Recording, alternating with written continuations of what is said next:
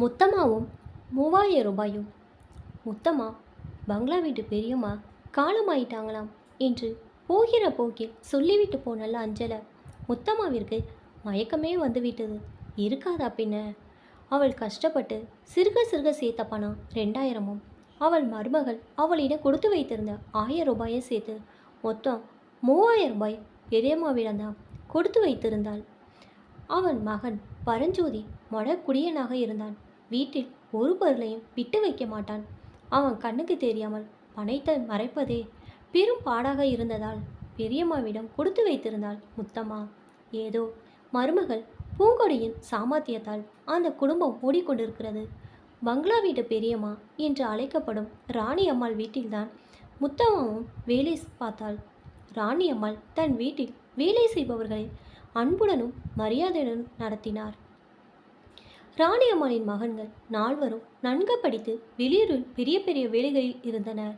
அவர் கணவர் காலமாகிவிட வீட்டு வேலை செய்து வந்த முத்தம்மாவும் தோட்டத் துறவுகளை நிர்வகித்து வந்த பழனியும் அவன் மனைவி சுமதியும் மட்டும் அவருக்கு துணையாக இருந்தனர். அவர் மகன்கள் சொத்தெல்லாம் வித்துப்புட்டு பேசாமா எங்க கூட வந்துரு என்று அழைத்தபடியே இருந்தனர். ஆனால் இந்த ஊரையும் ஜனங்களையும் விட்டு பிரிய மனமில்லாத ராணி அம்மா என் காலத்துக்கு பிறகு என்ன வேணாலும் செஞ்சுக்கங்க என்று கராராக கூறிவிட்டார். கணவரது பென்ஷன் பணம் போதுமானதாக இருந்தது. வீட்டையும் சொத்துக்களையும் பிரமாதமாக நிர்வகித்தார். ஏழையோ பணக்காரியோ 4 மருமகளையும் சரிசமமாக நடத்தினார். மருமகள் 4வருக்கும் தன் பங்காக 5 சவரன் நகை செய்து கொடுத்தார். மருமகளுக்கு தன் மாமியாரை ஒரு விஷயத்திலும் குறை கூற முடியவில்லை. 3 மாதத்திற்கு முன்பு திடீரென ராணி அம்மாளின் உடல்நிலை மோசமடைந்தது. ஆகவே மூத்த மகன் சீனிவாசனும் மூத்த மருமகள் சுந்தரியும் அந்த வீட்டோடு இருக்கும்படி ஆயிற்று. ராணி அம்மாளின் உடல்நிலை குறித்து விசாரிக்க வந்த உறவு கூட்டம் இந்த பொம்பளைக்கு என்ன நெஞ்சு அழுத்தம் பாரு, போய் பிள்ளைங்களோட இருந்தாதான் என்ன என்று தங்களுக்குள் பேசிக்கொண்டனர். மற்ற பிள்ளைகளும் மருமகளும் அடிக்கடி வந்து போனபடி இருந்தனர். இதனால் முத்தம்மாவுக்கு தான் வேலைப்பளு அதிகமானது. ஆனாலும் சில நாட்களில் அவர்களின் சுவாரஸ்யம் குறைந்தது. மூத்த மருமகளிடம் பிற மருமகள் எல்லாம் ஏதாவது சீரியஸ்னா ஃபோன் பண்ணுங்கக்கா, உடனே வரோம் என்று கூறி சென்று விட்டனர். ராணி அம்மாளை மருத்துவமனையிலிருந்து வீட்டுக்கு அழைத்து வந்து 2 நர்சுகள் கவனித்து கொள்ள ஏற்பாடு செய்தனர். அவரால் பேச முடியாததால் எழுதி காட்ட ஒரு பரீட்சை அட்டையில் சில காகிதங்களை செருகி ஒரு பேனாவை அருகி வைத்தனர். அவர் கையசைத்தால் நர்ஸ் அந்த அட்டையை பிடித்து கொள்ள தன் தேவைகளை அவர் அதில் எழுதினார். இப்படி இருக்கும் பொழுது முத்தம்மாவுக்கு எப்படி தன் பணத்தை கேட்பது என்று தெரியவில்லை. அவள் பணம் கொடுத்து வைத்திருந்த விஷயம் ஒருவருக்கும் தெரியாது. அந்த வீட்டு பிள்ளைகளும் மருமகளும் பண விஷயத்தில் கராராக இருந்தனர். பெரியம்மாவிடம் எப்பொழுது வேண்டாலும் பணம் கேட்டு வாங்கி கொள்ளலாம். ஆனால் இவர்களிடம் சம்பளத்தை தவிர ஒரு பைசா வாங்கிட முடியாது. அவர் உடல்நிலை தேறிய பிறகு அவரிடமே கேட்டு வாங்கி கொள்ளலாம் என்று தனக்குத்தானே சம்மதம் செய்து கொண்டாள். ஆனால் அவள் நினைப்பில் மண் விழுந்தது போல் ஆனது. மறுபடியும் ராணியம்மாளின் உடல்நிலை மிகவும் மோசமடைந்தது. எந்த அசைவொன்று போனது. வெறும் மூச்சு மட்டுமே ஓடிக்கொண்டிருந்தது. தனி அறையில் ஒரு கட்டிலில் அவளை கிடத்தி இருந்தார்கள். அந்த வீட்டின் 3வது மருமகளும் 4வது மருமகளும் அவர் படுத்திருக்கும் அறைக்குள்ளேயே வந்து ரகசியமாக பேசிக்கொள்ள தொடங்கினர். மற்ற எல்லா இடத்திலும் யாராவது வந்து போய்கொண்டே இருந்தனர். அந்த ஒரு அறைக்கு மட்டும் யாரும் வருவதில்லை. அது அவர்களுக்கு வசதியாக போனது. ஏக்கா, கிளவி 20 பவுன் நகை போட்டிருந்துச்சே, அதெல்லாம் எங்கேக்கா? எல்லாம் அவ எடுத்து வச்சிருப்பா, தாம் அவளுக்கு கொடுக்கணும் நினைக்கிறாளோ என்னவோ. அது எப்படி? எனக்கு தான் ஒரு பொட்ட பிள்ளை இருக்கு, பிரிச்சா எல்லாருக்கும் சமமாக பிரிக்கட்டும், இல்லாட்டி நான் சும்மா விட மாட்டேன். கிளவி மட்டும் மண்டையை போடட்டும், அப்புறம் பாருங்க நடக்கிறத. மெதுவாக பேசுடி, கிளவி காதில் விழுந்துட போகுது. அட நீ வேறக்கா, அதுவே இப்போவோ அப்போவோன்னு எடுத்துக்கிட்டு கிடக்கு. நாம் பேசுகிறத தான் காதில் விளங்க போதாக்கும். நீ ஒரு அவசரம் கொடுக்க அந்த நர்ஸு பிள்ளை நம்மளையே பார்க்குது பாரு, அதை வச்சுக்கிட்டு இதெல்லாம் பேசலாமா? நாங்கள் எங்கள் குடும்ப விஷயத்தை பேசிக்கிட்டு இருக்கோம், நீ போய் அவகிட்ட சொல்லிடாத. அக்கா, இன்னொரு விஷயம், கிளவி மண்டையை போட்டதும் முதல்ல இந்த பழனி பையில வேலையை விட்டு தூக்கணும். அவன்தான் கிளவிக்கு வலது கை.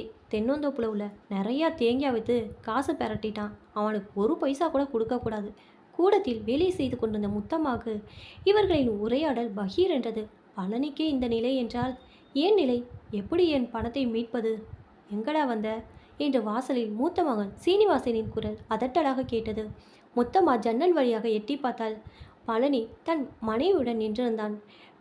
பெரியம்மாவை பார்த்துட்டு போகலான்னு வந்தேன் சாமி என்றான். போ என்றார் சீனிவாசன். உள்ளே கட்டிலில் கிழிந்த நாராக கிடந்த ராணி அம்மாளின் காலை தொட்டி இருவரும் கண்ணில் ஒற்றி கொண்டனர். அவரிடம் லேசான அசைவை உணர்ந்தனர். ராணி அம்மாள் மிகவும் சிரமப்பட்டு கண் திறந்தார். பழனி சந்தோஷம் அடைந்து அங்கு நாற்காலியில் அமர்ந்தபடியே தூங்கிக் கொண்டிருந்த நர்ஸை எழுப்ப முற்பட்டான். பெரியம்மா வேண்டாம் என கையசைத்து தான் எழுந்து விரும்புவதாக செய்கை செய்தார். ஐயாவை கூப்பிட்டாங்களா என்று கேட்டான் பழனி. அதற்கும் வேண்டாம் என தலையை செய்தார். பழனி அட்டையை தன் கையால் பிடித்து கொண்டான். ராணி அம்மாள் எழுத தொடங்கினாள். நான் அதிகம் தாங்க மாட்டேன். நான் போனதும் நீயும் போயிடு. இது சொத்துக்கு அடிச்சுக்கிற கூட்டம். ஓ மவனை நல்லா படிக்க வை என்று நடுங்கும் எழுத்தில் அதில் எழுதப்பட்டிருந்தது. கண்கள் மூடிய ராணி அம்மாளின் வெளி ஓரம் நீர்த்துளி திரண்டு வழிந்து தலையணையை நனைத்தது. பழனி அந்த காகிதத்தை மடித்து தன் சட்டை பையில் வைத்து கொண்டான். இதற்கு இடையே கூடத்தில் அவரது மகன்கள் நால்வரும் கருமாதி ஆகும் செலவு பற்றி விவாதித்து கொண்டிருந்தனர். மூத்த மகன் சீனிவாசன் மட்டும் என்னடா பழனி, அம்மாவுக்கு எப்படி இருக்கு என்று கேட்டார். ஒன்றும் சொல்றதுக்கு இல்லை நெசமா என்று பழனி கண்களில் வழிந்த நீரை துடித்து கொண்டேன். ஒருத்தன் புண்ணியம் செஞ்சவன் எப்படி தெரிஞ்சுக்கிறது என்று வாசலில் திண்ணையில் அமர்ந்திருந்த உறவு கூட்டத்தில் யாரோ யாரிடமோ கேட்டார்கள். புண்ணியம் செஞ்சவனுக்கு தான் பணத்து மேலே மழை யாரோ கூறினார்கள். அன்று இரவே ராணி அம்மாளின் உயிர் பிரிந்தது. பிள்ளைகள், மருமகள், பேரப்பிள்ளைகள் என்று ஒருவர் கூட ஒரு சற்று கண்ணீர் விடவில்லை. எல்லா கல்யாண சாவுதான். இதுக்கு போய் ஏன் அழுதுகிட்டு என்றனர் உற்றார் உறவினர்கள். புனை சூழ சடலம் எடுத்து வரப்பட்ட போது மழை பூ தூறலாய் தூரத் தொடங்கியது.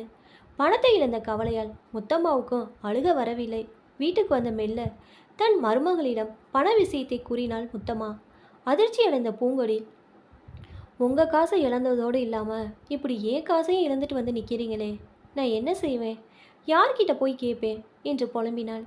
எப்படியாவது மூத்த மருமகளை பார்த்து பணம் கேட்கலாம் என்று நினைத்து பங்களா வீட்டுக்கு போன முத்தம்மாவுக்கு அங்கிருந்த நிலைமையே வேறு விதமாக இருந்தது. அன்னையை காற்றேற்றிய மறுநிமிடமே சொத்தி பிரிப்பது பற்றிய வாக்குவாதம் காரசாரமாக நடந்து கொண்டிருந்தது. நகையெல்லாம் எனக்கு தான், நான் தான் அத்தை கூட இம்புட் நாளாக அல்லாடி இருக்கேன். நீங்கள் ஒருத்தையும் திரும்பி கூட பார்க்கல. தென்னந்தோப்பு எனக்கு தான், இந்த வீடு எனக்கு தான் என்று ஆளாளுக்கு கத்தி கொண்டிருந்தன. சாவுக்கு வந்திருந்த சம்பந்திகள் ஒவ்வொருவரும் தங்கள் மருமகன் காசை இழந்துவிடக்கூடாது என்பதில் குறியாக இருந்தனர். கை காசை இழந்துட்டு சொத்து பங்கும் கிடைக்காம ஏமாளி ஆயிடாதீங்க என்று ஒவ்வொருவரும் தங்கள் மருமகளிடம் கூறிக்கொண்டிருந்தனர்.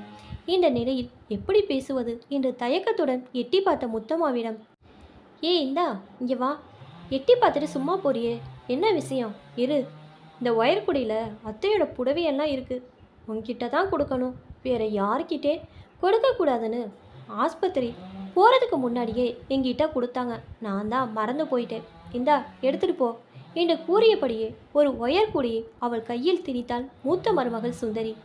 மற்ற நேரமாய் இருந்தால் சந்தோஷமாக வாங்கி கொண்டிருப்பாள் முத்தம்மா.